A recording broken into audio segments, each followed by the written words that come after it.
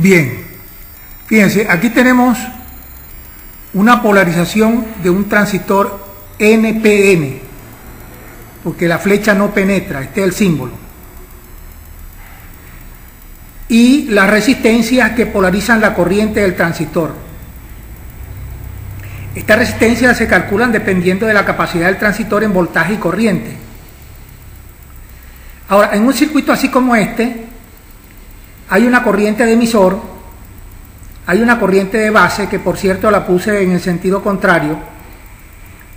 Ahí hay un error acá, pero no importa, lo estoy corrigiendo hablando. El sentido de esta corriente es hacia arriba, porque siempre los electrones van de negativo hacia positivo.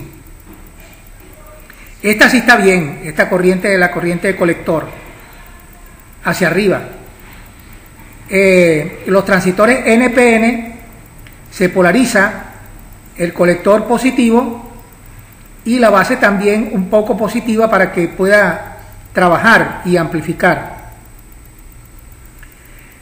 Estos transistores se rigen por estas fórmulas. La corriente de emisor es igual a la corriente de la base más la corriente del colector. Pero la corriente de la base generalmente es pequeña. Entonces, aproximadamente la corriente de emisor es aproximadamente igual a la corriente de colector.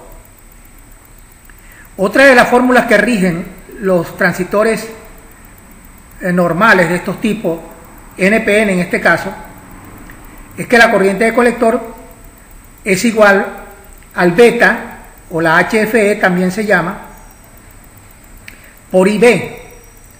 La beta o HFE es la ganancia del transistor, o sea, lo que él amplifica.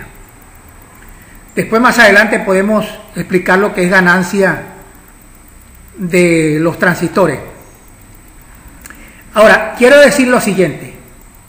Estos transistores normales todavía se utilizan, pero están siendo reemplazados por los transistores MOSFET, que ellos esperan la señal para amplificarla y no hay necesidad de corrientes cuando esperan. O sea que no consumen casi corriente cuando están en stand-by. Estos no, estos ya están consumiendo corriente de emisor, de base, de colector, cuando están esperando amplificar. Otra cosa que podemos decir de ellos es que la señal, por ejemplo, entra por la base, y si se la sacamos por el emisor con condensadores, porque los condensadores son los que le indican el camino a las señales variables amplificadas por los transistores, y si le sacamos la señal por el emisor, entonces se dice que es una configuración colector común, porque el colector queda como común para la base y para el emisor. Y cuando se la sacamos por el colector, entra por la base y se le saca por el colector, se dice que es un transistor en configuración emisor común. Y hay veces que le metemos la señal por el emisor y se la sacamos por el colector. Entonces se dice que el transistor es configuración base común. Ahora bien, de esas configuraciones que estoy hablando, la que más se usa es esta: emisor común. La señal entra por la base y se saca por el colector. Esa es la que amplifica más, la que tiene mayor amplificación. Amplificación significa que tú metes una señal variable pequeña en corriente y en voltaje y te sale una señal variable grande en corriente y en voltaje. Eso se llama amplificación. Bien, vamos a dejarlo hasta aquí porque lo que quería era hablar un poco sobre este tipo de transistor NPN.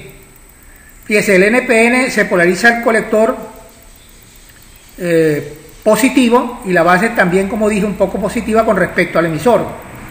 Pero también hay transistores PNP que se usan menos, el fabricante lo usa menos, que el colector debe ser negativo y la base un poco negativa con respecto al emisor. O sea, en los PNP el emisor es la parte más positiva del transistor. Bien, vamos a dejarlo hasta aquí.